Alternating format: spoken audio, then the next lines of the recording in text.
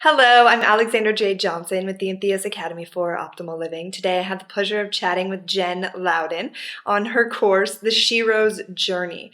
Jen is a champion of soulful service, a best-selling author of 6 books, a personal growth teacher, spreader of satisfaction, and a curious Shero. If you enjoy this interview, you can sign up for her course below, and we hope to see you in the course. Enjoy! Hello, Jen. It's so wonderful to be chatting with you today. I just love looking at your beautiful face. Ooh, that's very sweet. I love looking at your beautiful face. You're like all glowing. Well, I've been sick, but I finally made it back to yoga this morning, and Nice. I thought I would probably hack my way through it, but I managed to only cough in Shavasana, so it helped. Well, you look glowing and your eyes look all sparkly. Thank you. So I'm very excited to talk with you today and so thrilled about your class. We've got to start off with what's a Shero? It's actually a word that I believe the poet and memoirist, oh my God, the mind just went blank. I know why the caged bird sings. Come on, you're young. I'm like, I know it, but... Okay, everybody listening is filling in for us, so it'll come to me in a minute. It'll be funny when it comes. Anyway, I believe she coined the term, she who shall not be named right now, and I found it really fascinating and decided to use it about a year and a half ago. I teach at Kripalu every year, and they wanted me to do 2 retreats back to back, and I'm like, well, the Savor and Serve, my new mission, had been coming into being. I'm like, I really want to do something around that. In fact, it had just come into being. This was about a year and a half ago. Right. And I wasn't even calling it Savor and Serve yet. I just knew I wanted to step up in my service to the world and somehow marry that with the work I've been doing for the last almost 20 years around self-care and coming home to yourself and knowing yourself and building that deep foundation. And now how can we take that foundation and put it out into the world? And I love the word heroine. But I didn't want to do this from a traditional mythological point of view. I wanted to do it I wanted to explore. I didn't know what I was doing. I didn't know what I was going to teach. So I thought, great word, let's use that, Shero. It's not a hero's journey. A hero's journey, I think, may not work for women as a model. I agree. Yeah. Good, well, we're done.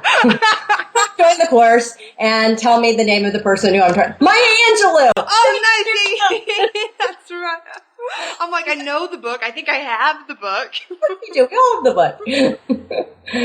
Yeah, so I believe Maya made the word up. I didn't make it up. That's great. Well, I love it. And I think you're on to something as you're feeling, too, because I do think for us women, there's a different path than a man. So I know you talk about the quest, like when a woman goes on this, there's like a calling. Can you talk about that calling? What is that, and what does that feel like? That is consistent with the hero's journey, and I know everybody listening has felt the call, and I know everyone listening has gone, I am not worthy of this. I can't do it. I don't have the energy. I don't have the smarts. I don't have the time. I don't have the resources. I don't have the education. I'm just too afraid. So to me, that part is imperative. And if you got nothing out of this course besides listening to that call and discerning it and beginning to develop the tools to I don't want to say fulfill it, because I don't think maybe this is part of the difference between the hero's journey and the Shero's journey, is maybe the Shero really knows starting out that this is something to evolve with and through, not something to solve. And I think the hero's journey, at least for me, and I just saw the preview for The Hobbit. Oh. Right? It comes out in a year. We were so bummed. We're like, oh my God. And this says December 2012. We're like, What? That's not 11, that's 12. Anyway, so, I mean, I love those stories growing up. That idea that Gandalf comes, the wizard comes, you're called, it comes from outside of you, and then do you answer? I think very much what we know in our lives is the call comes from within. Right. And we need community and tools to help us answer those calls.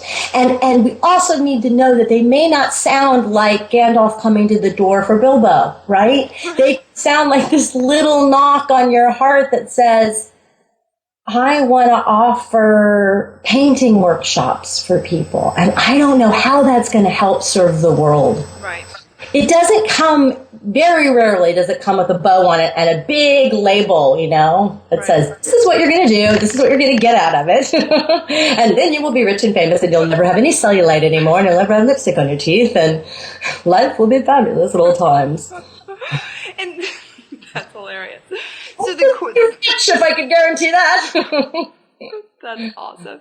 So this quest, sometimes this calling is, like, I think sometimes for the men, it is actually going out and kind of hunting almost. For a woman, do you think that it's more of kind of an intrinsic, like, heart calling that maybe you might impact a small community or you might transform the world, but it's not like always a showy, like, woo, I'm famous. Oh, God, no. And that's one of the biggest myths that I struggle with. I have, in my youth, wanted so much to have a huge impact on the world. I wrote in my high school yearbook, write 5 novels, direct 7 films, be on Broadway. It's just, oh my God, the hubris of that 17-year-old girl.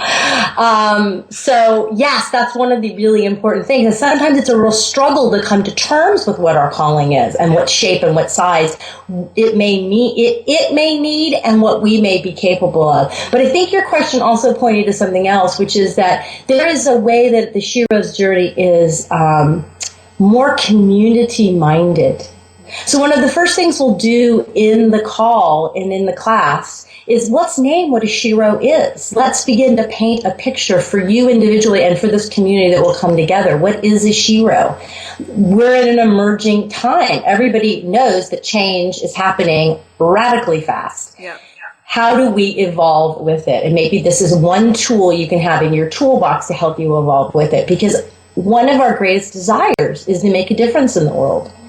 It just is. It's built into us. Once our basic needs are met, we want to create meaning through sharing and making things better. Right. So I think that calling is out there for everybody, and how it shows up, whether it's opening a birth center in your town, whether it's raising your children to break the cycle of abuse in your family, whether it's writing a book, whether it's making a movie, whether it's, Baba.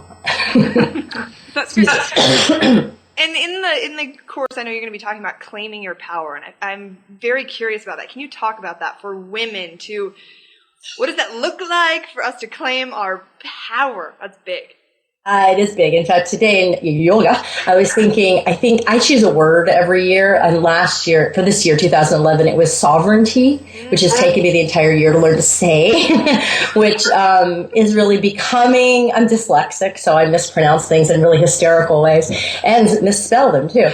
And so becoming a sovereign for me has really been about laying the foundation for power. And I was in yoga thinking, I think my word for 2012 is power. And I will come right out front and tell you all, I think I suck at claiming my power.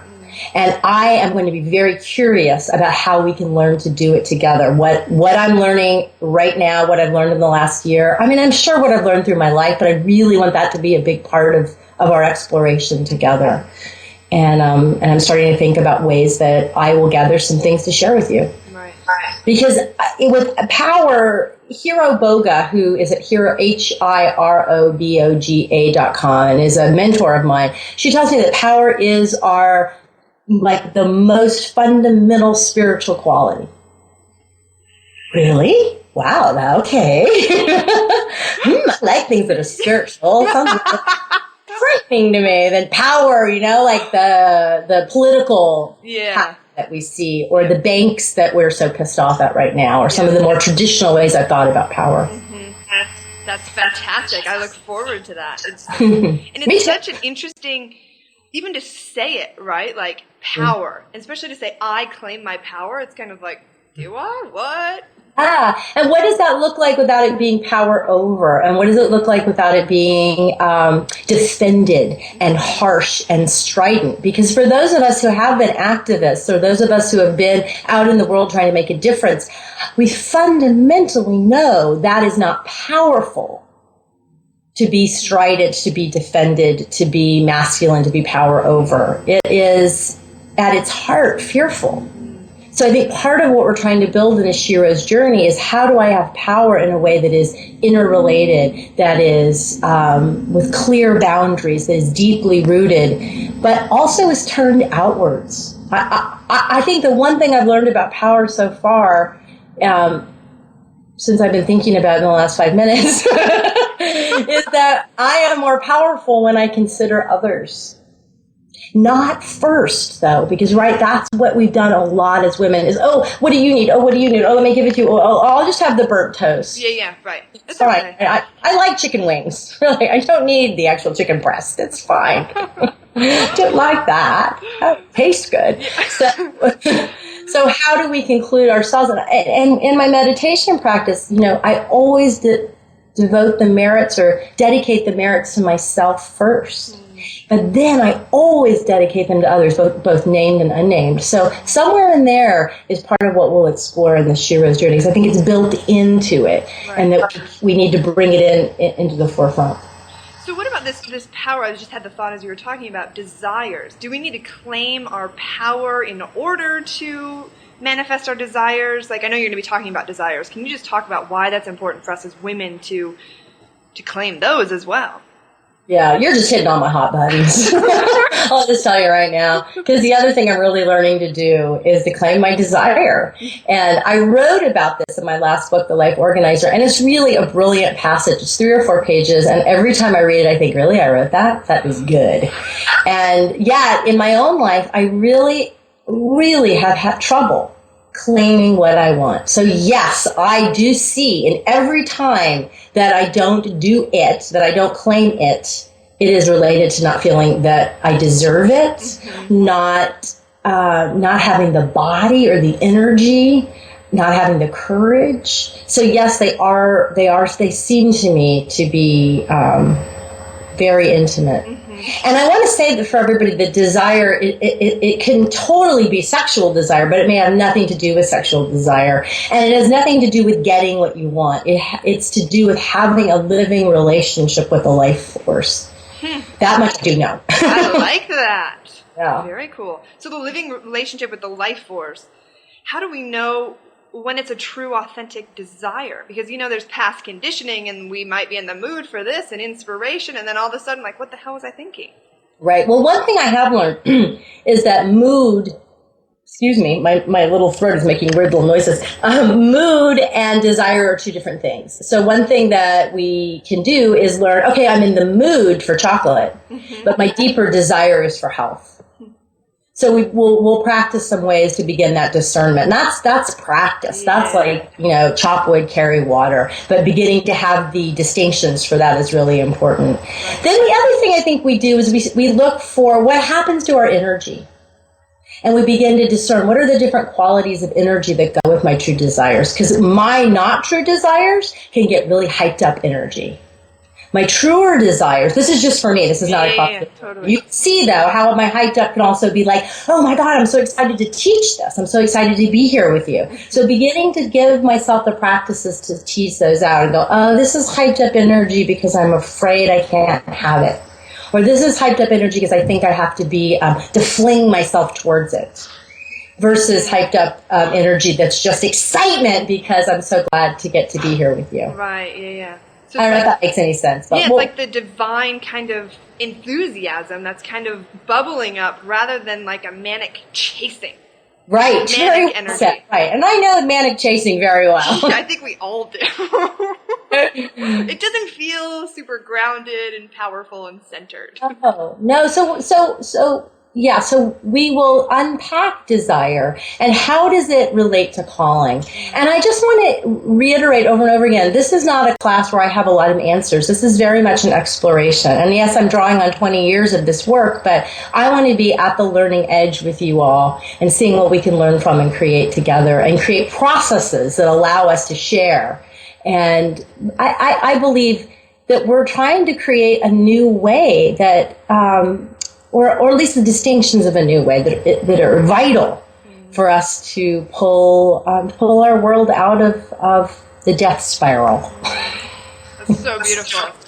It's amazing too, just your authenticity too. I just appreciate that of you you standing for what the desires that are calling you forth and saying, I don't have the answers, but let's figure it out together. It's so inspiring. Goosebumps on it. That's the only way I do my work. That's the only way I do my work. It is not a comfortable place for me. I probably 20 times a week wish I was an expert. I think today I wish at least twice from PhD.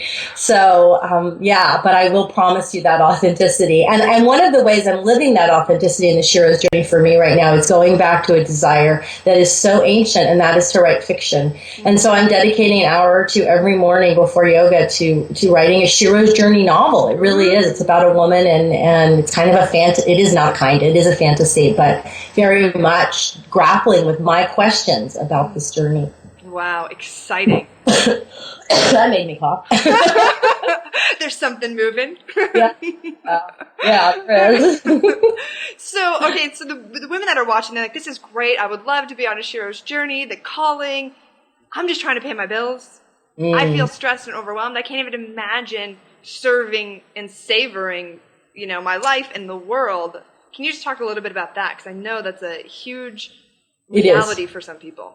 So sometimes it's not appropriate. Sometimes you are still learning to take care of yourself. There is a developmental path in life, and you cannot skip any of the stages. And there are plenty of people who will sell you for a lot of money the idea that you can you can skip several developmental stages, but you can't. So if you really don't know how to take care of yourself now, that's where you need to be putting your energy. That's where you need to be developing your skills. How do I make enough money? How do I have safe relationships? How do I save enough money? How do I feed myself healthy? How do I take care of my body? If that's where you're at, that's where you need to be putting your time and energy. If you've got that sort of down, but never perfect. Yeah. Never perfect. And that call is eating at you, is poking you, is nudging you, is waking you up at 3 a.m. And you're sure it's not just your hormones waking you up at 3 a.m. like mine did 7 times last night. Then you need to join us and be in this community and bring your voice, and know that by joining us, by taking that courage to join us, you are already answering the call. Mm-hmm. Amen. Yeah. Goodness. That's classic. So I was speaking at a church. I wasn't speaking. It was just the venue. And my now ex-husband was up in the balcony hiding. And afterwards he came down and he said, God, girl, you are so comfortable at that podium or that lectern or whatever it's called. You really like to preach. I'm like, yeah, I think in another life I was a preacher. That's so great. So I know that you talk about slaying your dragons. And you're going to talk about this in the course. Can you just talk a little bit about some of the dragons that stop us, and how do we actually have the courage to step up and register for this course and really play full out in our life? Well, I think the first thing we do is, I'm going to go back to that thing I said earlier, which is where this is to evolve. We're here to evolve and not to solve. So one of the quickest ways that our dragons, our gremlins, our critics, whatever word you want to call it, get us in the ass and pull us back into the darkness is by saying, first you have to get this fixed. Or if you can get this fixed, then you're a Shero, then you're on your calling. And I speak from great personal experience, right? If once I get this down, and this down could be your marriage, this down could be your career, this down could be your vegan diet. It doesn't matter. So it's listening for that story and realizing that our issues, our problems, our patterns, whatever again you want to call it, are here to help us evolve. And I don't mean this in any get out of jail free way. I mean this like the light of awareness is here and it is shining on your pattern. And you can work with it mindfully and lovingly, or you can ditch it and put it in the closet, or you can try to solve it, which is only one step better than ditching it and putting it in the closet. So that's the biggest thing we're going to do, is create awareness for what are our dragons? How do we see them? Because they are slimy and clever at hiding. And as soon as you see one, it changes shape, right? And it comes in the back door another way. And it's like, oh, that dragon's gone. I'm fine. And I find myself obsessively doing this other thing now, right? I'm trying to think of sugar for me has been a dragon. And once I kind of got my eye on sugar, that only took about 20 years, probably about 30 years, then, money will rise up. oh, I just have to make enough money before I can do what I really want to do with this novel, for example. So we'll start to look at those stories. I'm not saying we're not gonna get rid of the dragons. The dragons are always there. And I will say about the evolve solve thing, there are certain dragons that we can declaw once and for all. I do believe that, and they may really be dragons that are here just to oppose this particular calling. And new ones will come up as we go along the path. But I do think that there are, like in the hero's journey, there's certain dragons at the gate, there's keepers of the gate that we can feed marshmallows to. That's classic. Handmade, organic. Of course. That's so great. Well, I'm so looking forward to this class. Thank you so much for sharing your wisdom and your energy and your enthusiasm. I feel my enthusiasm bubbling, and I'm very excited about this course. So thank you for sharing. Oh, my pleasure. I can't wait to see what we do and who shows up. I really can't. It's good. I know it's going to be rich and wonderful and completely worth your investment. So I hope you'll join us. Fantastic. I know you will, but I hope everybody else will. Yes, please join us. Jen and I rocking our Shero's journey. Exactly. Great. Fantastic. Thank you.